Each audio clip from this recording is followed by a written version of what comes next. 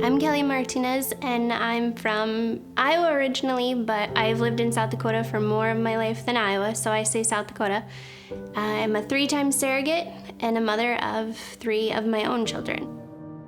With my childhood, we moved a lot. My dad had a lot of mental health problems, so very abusive childhood.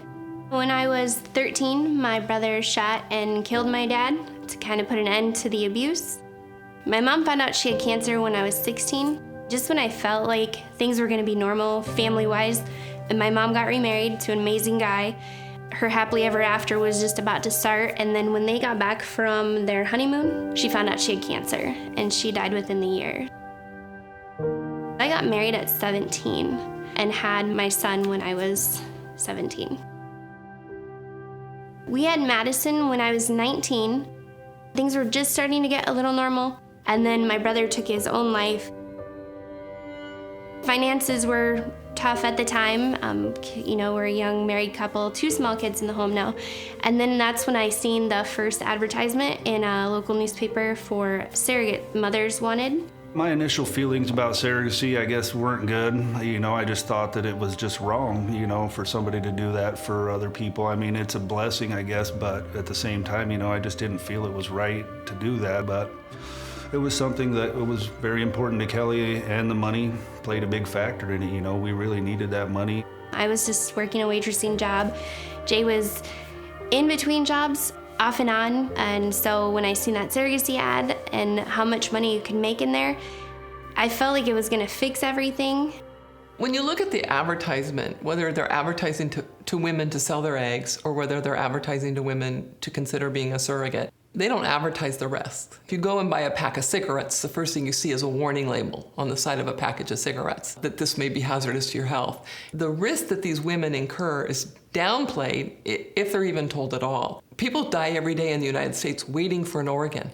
And we don't say, oh my gosh, we have a crisis, we need to start paying and buying and selling organs. We're really mindful of how money corrupts and how people who need money will be the ones who will take the risk. When you find out how much you can make from being a surrogate and how it's delivered to you as like this glamorous thing, you're gonna be catered to and you're just gonna have everything handled. When my brother passed away, he didn't have life insurance. We struggled to pay for the tombstone for him, and I wanted to kind of hopefully make like a financial cushion in my life. And it was a lot of money, so I could do this surrogacy. I had really easy pregnancies, and I could still work my regular job as a waitress. Pregnancies generally for Kelly go excellent. She doesn't have any complications. With our kids, she'd work right up until the due date, and she had no problem. She'd have them, and then, with a few days later, she'd go back to work full time. I mean, it's crazy. She's very strong. In my mind, I'd be making money 24 hours a day, 7 days a week. That was my selling point to him as well, is we're gonna make $25,000 in 9 months. We thought everything would be nice and smooth, I mean, we weren't real sure about planting the embryos and stuff like that, but, when we found out information and stuff, it didn't sound like it was anything too complicated. That money would have been super beneficial, and that was just what I needed to do, what I needed to make happen to take care of my family. Well, if there wasn't money involved in the surrogacy, I don't think we probably ever would have done this. I mean, even with the easy pregnancies and stuff, the money was the main reason that we did it. We went ahead and went forward and decided to try to get matched with a couple. On the application, though, we said that we wouldn't work with a gay couple. The reasoning behind that is we were small town Iowa. That would be really hard to explain, but they looked past that part and went ahead and found me a match, really fast, but with a gay couple from Paris. One of the reasons why I got really involved in the area of assisted reproductive technologies was the fact that my original training is in nursing. 2, I'm a woman and I was raising daughters. And 3, I was concerned about the ethics of using otherwise healthy young women who aren't patients to sell parts of their bodies and the health risks of these women. So in that work that I do, I sort of expanded it to not only look at egg donation, but sperm donation, surrogate womb, and the whole area of assisted reproductive technology, designer babies, creating the perfect child, and all the ethics, if you will, around these technologies. When you talk about starting the surrogacy, they talk about how how soon you get money. You get money for doing the injections. If you fly here, like the money can start fast if you match fast.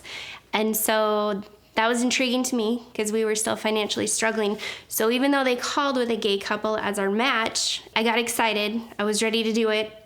So I had to convince Jay in the same way the lady on the phone convinced me. They're an amazing married couple. People don't really want to help them because the fact that they're gay. I feel like it was a little bit of a guilt trip on the agency's part. They told us about this couple. The agency called us and then gave us some information. Kind of made us feel bad for them, that they had been trying so long to do this. They were a married couple and they had been trying to have kids and stuff. So we discussed it back and forth and decided that we needed the money at the time. So we decided to go ahead with it. I have read countless surrogate contracts that surrogate mothers sign, and overwhelmingly, everything is tied to money. The surrogate must do X, Y, and Z, and if she doesn't do X, Y, and Z, she will have to pay the money back. The payments will stop. She will be threatened with lawsuit for breach of contract, which costs money because you have to hire a lawyer then to fight this breach of contract. And, this happened in Kelly's case as well. She was told, this is your contract and, you have to follow these particular orders. The whole entire vision I had of how it was going to go is not how it turned out at all with that first surrogacy. Each time they needed something, they had me in a situation where they had the upper hand. When you do a surrogacy contract, they can tell you what you're going to do for the next however many weeks they are renting your body. The first surrogacy we did, from Kelly's experience, was not good. I mean, we signed up, we started doing doctor's appointments and stuff, and then, they started just telling us things that we had to do for them, and if we didn't, then we had to start paying back money to them, and it was all had to be paid back right away. So we were just kind of bullied that whole time in the first surrogacy. She was even told, you'll have to keep the children. Well, of course, most surrogates don't go into the arrangement to keep the children. They go into the arrangement because they need money and they're trying to help somebody have children. So it's unconscionable to me how much they are controlled, and this looming threat of if you don't comply, it's going to cost you. They were going to put 2 embryos in. They get more for their money if they put 2 in, is how it was explained. So the night before we were supposed to go for the transfer, the agency had called and said that something had came up and that we were going to need to put my name on the birth certificate just for a little bit. And it was a real simple process to get my name off. But if I couldn't do that or I wouldn't agree to that, then we weren't able to continue with the process, and everything that had been paid for at my expense up to that point, I would need to reimburse the couple for. I did not go into this to go further in debt. Some of the things that we were asked to do were lie, falsify information, Kelly had to be on the birth certificate. It was just a bunch of things that they had told us in the beginning were not going to happen. They had an egg donor. They were both going to be donors. We didn't want to back out. We couldn't financially back out at that point. So we went ahead with the transfer, and they put in 2 embryos, and we became pregnant with twins on the first trot. With it being twins, I did have to quit my waitressing job just because it was a lot harder on me than a singleton pregnancy, which that's all I had done before with both my children. Part of the problem, as we see in Kelly's case, is just the international complexities. So when surrogacy isn't allowed in one country and couples come to another country in order to have their children through surrogacy, problems can arise getting the children back into the country where the parents want them to be. So Kelly's first surrogacy was for a gay couple in France. All of surrogacy is illegal in France. And what happened once the children were actually born was the couple had trouble getting passports to get the children back to France. Delivery was a little scary. We did deliver one vaginally and one by C-section. The second baby had turned and they couldn't get it to turn back around to get it to come out, so they had to rush her in and they had to cut her open and take the other one out through a C-section. The recovery time was a little more difficult than as planned, and we had Brody and Madison at home, both under the age of 2. The agency called and we needed to help the couple expedite the birth certificates. We had to load her up in a car when she was very sore and hurting, and then go 3.5 hours to Des Moines to get the birth certificates. And then we got home after that, and not very long after that, they contacted us again and said that we needed to go to Chicago, which is 6 hours away, while she's still trying to heal for this. Then we were told if we couldn't do all that, then they couldn't take the twins home, which hindered the issue with my name being on the birth certificate, because in the state of Iowa, those were my kids. I couldn't take care of twins and take care of my 2 kids and my wife all at the same time, and so we pretty much just had to go through with it. We thought that Chicago, it was gonna be simple, we were almost done, and that's when they told us the story about how I cheated on Jay, that I had met one of the gentlemen at a bar in Iowa and became pregnant with twins, and in order to save my marriage, I needed to let him take our children to Paris because Jay wouldn't let me keep them. That was the first time we had heard that story. I was so numb feeling, I didn't know what to do.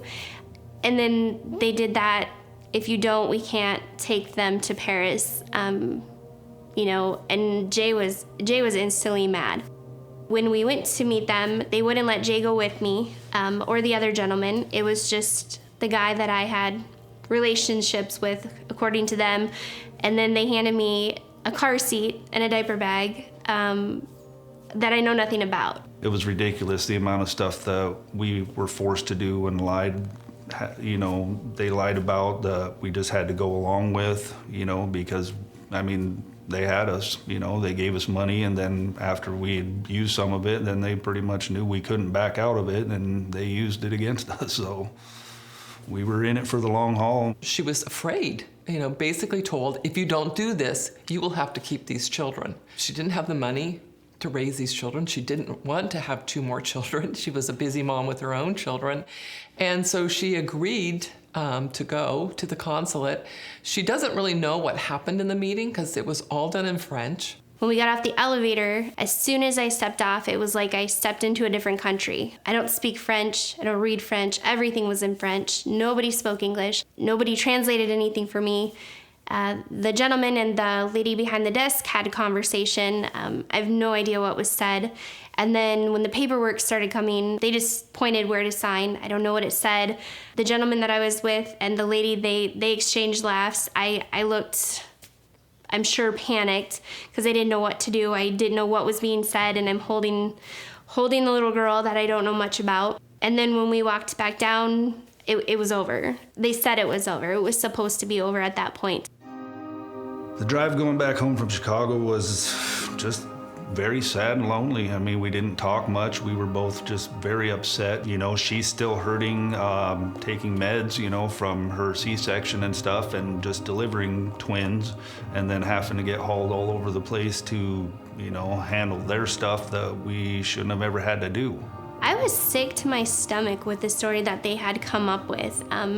First of all, I didn't cheat on my husband, and those were not my kids. Those were not my babies. For them to, I don't know, I guess it's hard to believe that if they were my children, I'd just be like, here, you take them. That's not something a mother would do. We stayed in contact, and then 8 years later, they had one more thing for me to do, because in Paris, that's when gay marriage was recognized. I was under the impression from the very beginning that they were married, only to find out years later that they weren't. And once they became legally married, they wanted to do an adoption proceeding so the other gentleman could officially adopt and put his name on the birth certificate where my name is still at. I was advised legally not to do that. There was so much deception through that whole surrogacy, as far as the couple, the agency, and so to protect myself, I didn't do it. The negatives are what stands out the most in that first surrogacy that I did. The lies, the deceit, what it put on my family, what they put Jay through. I honestly never thought I would do it again. A few years after the first surrogacy is when we were introduced to the idea of doing it again. I started seeing a counselor. I've seen a counselor for numerous times throughout my life. like after my dad died, after my mom died, after my brother died. And then during the surrogacy, I was attending counseling with a lady. And then she had mentioned to me about a couple that she was counseling that had fertility issues. They were a local couple and that they couldn't have a child of their own. They were a great couple, very nice.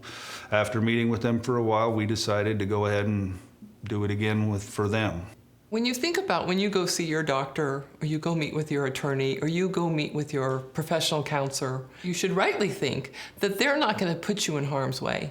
And so when I think of Kelly seeking the professional help of a counselor, and the counselor saying, oh, maybe you should go do this, when part of the reason Kelly's coming to see you is for help dealing with being abused as a surrogate and all of her other family problems. Again, I was intrigued by the money, and I thought it would be different because it was a husband and a wife, so there would be a female involved with me. And in my mind, I had this thing that we would like go to appointments together and experience and enjoy the whole pregnancy together. We thought this was going to be, this one would be really good because we knew the people. They were in Iowa where we lived, and so we could stay close to them, and they were really involved with everything. So, but financially we needed help again, to try to get a little savings account built back up or something. I was hoping it was going to go better, smoother, because an agency wasn't involved, and with them being a local couple, that things would be easier. With this second surrogacy, we didn't make as much because we didn't have two babies. They only wanted one embryo put in. They only wanted one child. So first attempt, they put in one embryo. We had a singleton. So it was about $18,000 for what they call your base fee. So Kelly agreed to help the couple that was recommended to Kelly by her counselor. And so Kelly got pregnant with this couple's baby. It was very frustrating for Kelly because the intended mother used her own eggs and was severely sick and was hospitalized. So Kelly was not really comfortable moving forward with the surrogate pregnancy because they were really worried that this woman would die. So the intended mother for the second couple wanted to use her own eggs and ended up going to Mayo. She had complications and almost lost her life just giving the eggs up, and so we were a little bit concerned about that. She had ovarian hyperstimulation syndrome, and she got very sick. Like, she put on a lot of weight, had issues with the lungs, fluid around the lungs.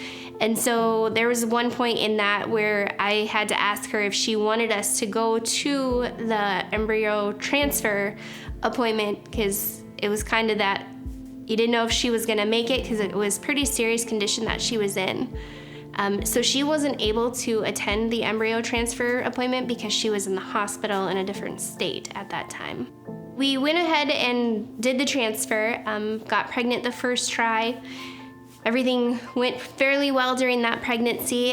They weren't as involved as I thought they were gonna be, so it was kind of just me going to the appointments, doing it by myself. Delivery went good. No serious issues with the delivery. But afterwards, the couple ended up in a pretty rough divorce custody situation. I feel guilty there. Had I not cared for them or brought their child into this world, she wouldn't be put in that situation. I stay in touch with the father and so with the little girl, but the mother is no longer in the picture involved with the little girl at all. It's heartbreaking for me to know that the little girl that I carried for them, has gone through some heartbreak, and I know it had to be hard for her with her parents splitting up. It was hard with the second surrogacy to go ahead with the embryo transfer the night before, considering the fact that the mother was in a life or death situation from wanting the child to be biologically hers with using her own eggs. The fertility clinic didn't take that into consideration. They still went ahead with the embryo transfer, even knowing the mother's condition at the time. I became pregnant with our third child, and I wasn't happy in Iowa. So we decided to move back to South Dakota. So again, the financial stresses came to surface. So I was thinking about it, and my pregnancy had been easy with Marley, and so I got in contact with the agency that I had talked to in the past, just to see. I wasn't sure how Jay was going to respond to me suggesting to do another surrogacy. I was pretty hesitant about it. I didn't really want to do it, but we discussed everything like we always do, and we knew financially if we wanted to get started, we needed to do something that was going to give us a good jump start, and that would, So we decided to go with it. I didn't realize how risky it was for myself to do another surrogacy. Nobody tells you that. They don't give you the details. So I didn't see those risks. I had just seen the financial part again and was going to help my family out one more time. Everybody knows what big pharma is. Everybody knows what big tobacco is. Big pharma, big fertility, big tobacco is when a corporation, an industry, doesn't concern themselves with harming their customers. I'm a nurse. I'm not against pharmaceutical companies. When I'm sick, I take medication. But big pharma is a distortion of good pharma. It's like we will risk people's health and do unethical things because we want to make money. The same thing with big fertility. Their bottom line is making money. They're not leading the cause saying, we don't want anybody to be harmed. We don't want women to be harmed if they sell their eggs. We want to do the studies so that we can give good informed consent. And so I think big fertility is a distortion of what ethical fertility medicine should be doing and practicing. The last surrogacy that I did, the motivation was I didn't have a steady job at the time. I was kind of in between jobs. We're trying to raise 3 kids. Jay does construction, so his work is really weather permitting. The money's always there with surrogacy. You know that you're going to get that money, once everything takes off. If it works, you get your monthly checks, and it's a nice cushion, takes off the financial stress that we were having. I sent in my profile. It's kind of like Matchmaker. They recommend what couple they think fits what I'm looking for and what the couple's looking for. And so they found the couple from Spain that loved my profile. They loved everything about me, my history, my experience. At first, everything seemed to go very well. The embryos were implanted and everything was fine. And then Kelly went to find out what they were having. So Kelly asked them if they wanted to know, and they said they already knew. We're having a boy and a girl. No one told you?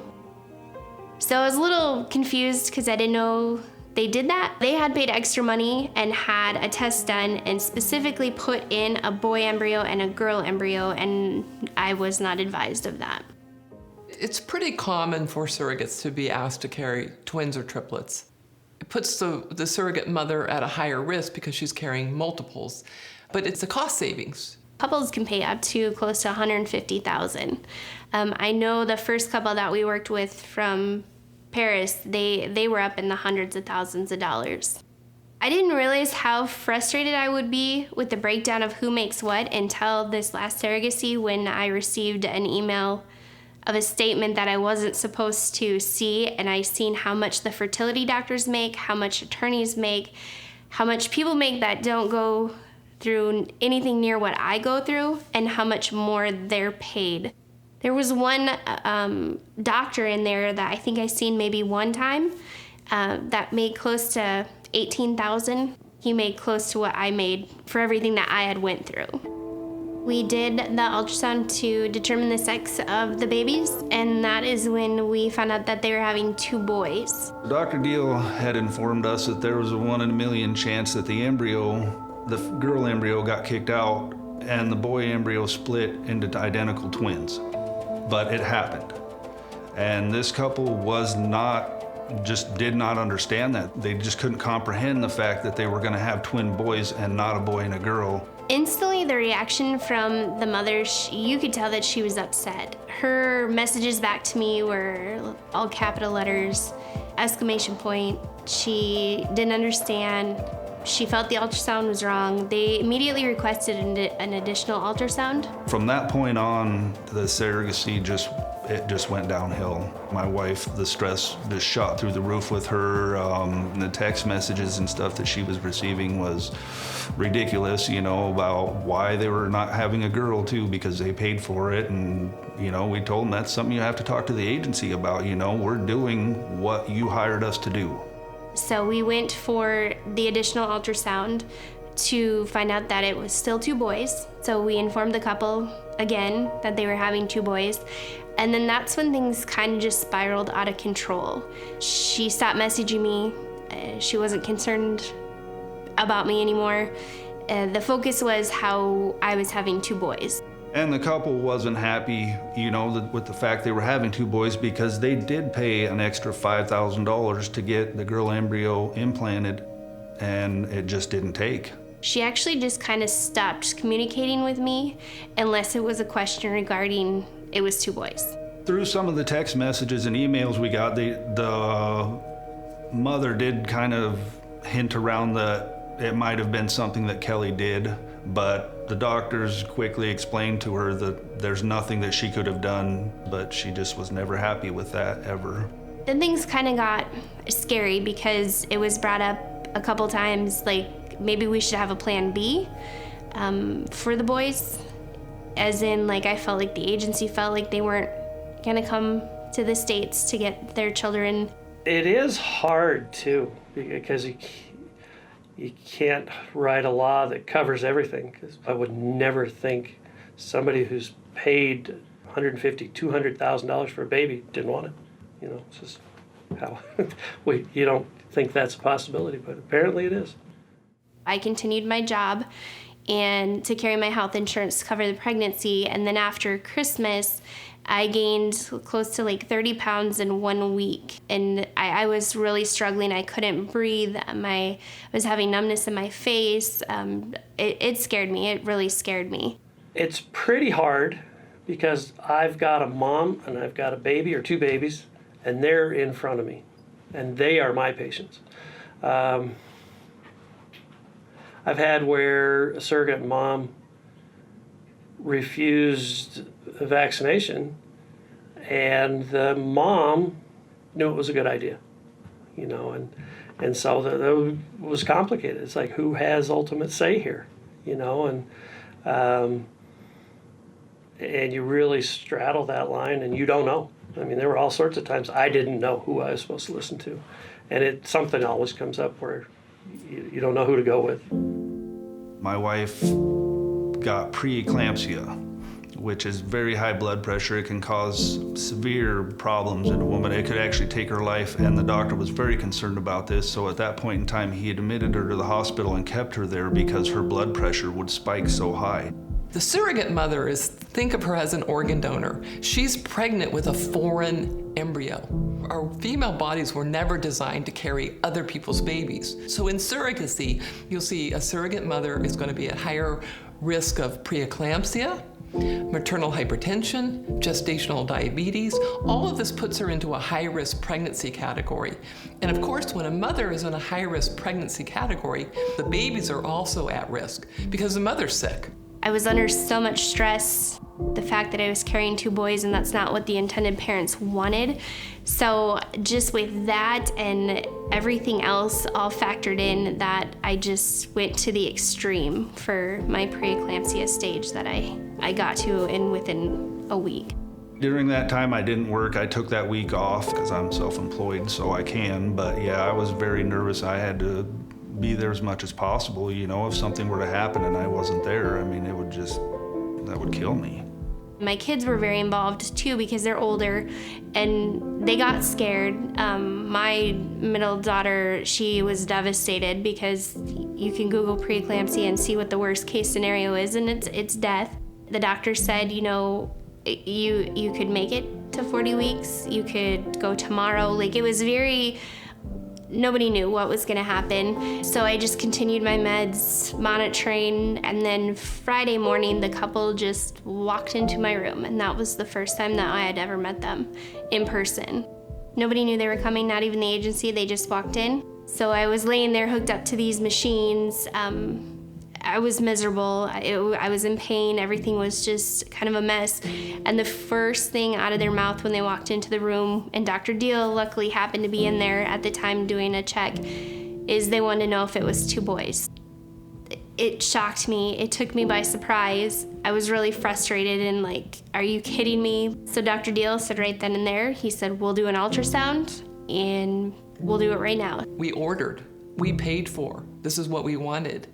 And immediately, the relationship between the couple in Spain and Kelly and all the doctors and nurses and the agency on the US side was broken. The Spanish couple wanted to know who screwed up, who made the mistake, whose fault was this, why aren't they getting what they deserved? And of course that caused all kinds of anxiety because Kelly started to worry, well, they won't want these children. Even Kelly's doctor, Dr. Deal, said we need to have a game plan. What if they don't come from Spain? Delivery was very scary because I didn't have any family there with me because it happened so fast. Unfortunately, the only person that made it to the delivery room was the intended mother. She just kind of stood to the back of me and didn't say much, never cried, never teared, never showed emotion on her face. As a husband and father, I was super stressed out as this was going on because, I'm sitting here thinking, my wife might die delivering these babies, and now I've got to raise these 3 kids, and I mean, it's just, I was stressed out to the max. I was very nervous that I might lose my wife. I don't pray a lot, but I prayed that time because I was totally out of control. I had no control of what was happening. I couldn't see, Jay wasn't there. I didn't know what was gonna happen. I never once ever intended to go into something like this to leave my kids. And that was the reality of what could have happened. The boys ended up being born 10 weeks premature to the day. And just before how that happened, it happened so quickly. There was maybe a 40-minute window from the time my condition worsened to the time we had to deliver. Dr. Deal came in the room once my blood pressure readings were through the chart. I couldn't see. He came in and that's when he said that we had to deliver then or someone wasn't coming out of the delivery room alive. So the boys were at risk being 10 weeks premature, and I was at risk because I was borderline stroke. My liver was shutting down, my kidneys were shutting down. Dr. Deal was with me, he did amazing, he coached me, he kept me calm, and then they can test the placenta, and that's the only time she spoke up in the delivery room is when they said, are we having the placenta tested? She said yes, and Dr. Deal said yes. The only reason they did that is to prove that those were their 2 boys. Right still in the middle of delivery, she was still concerned that how she got 2 boys, so the placenta had to be tested. They were very hung up on the fact that they did not get what they paid for. They didn't care that they were having 2 beautiful baby boys. That didn't even register to them. All they knew is they weren't getting the girl they wanted. I was still awake for the C-section, but when the boys came out, they cried, but they sounded like little kittens, but they had enough to make these squeaking sounds. So at that point, I started crying because nobody knew what the outcome was going to be. I cried. She did not cry. She just stood there. They rushed the boys out of the room immediately to get them to the NICU. By the time I got back to my room, I had no idea what was happening in the NICU. I was still in pretty rough shape. I ended up vomiting a lot afterwards. Blood pressure was still really high. So the next morning, I didn't know much. The nurses kind of told me the boys are doing good. They were breathing on their own. They didn't need the machines. And then it was later that following day when the nurses came to me and asked me if I knew when the intended parents were going to be back. So I asked the nurse what she had meant, and the boys were born at 9 p.m. that night before, and the nurse informed me that the intended parents left by 10 that night. So they spent a total of an hour with the boys, and then they left them alone in the NICU until late afternoon the following day. So the first hours that those boys really needed somebody to be by them, they were alone in the NICU. I wasn't able to go see the boys right away. I couldn't walk. I wasn't out of the woods yet. And so I didn't get to go see the boys until the day that I was getting ready to leave. And when Jay and I went in there, the chair was still empty. Next to them, the couple wasn't there. So we went in, and as soon as we went in, Jay started talking to the boys, and the nurses said that that was the first time that they had seen that much movement out of them because they recognized his voice. When the parents were there with them for the brief moments they didn't recognize their voice. They didn't know who they were, so they didn't respond to them like they did to Jay and I.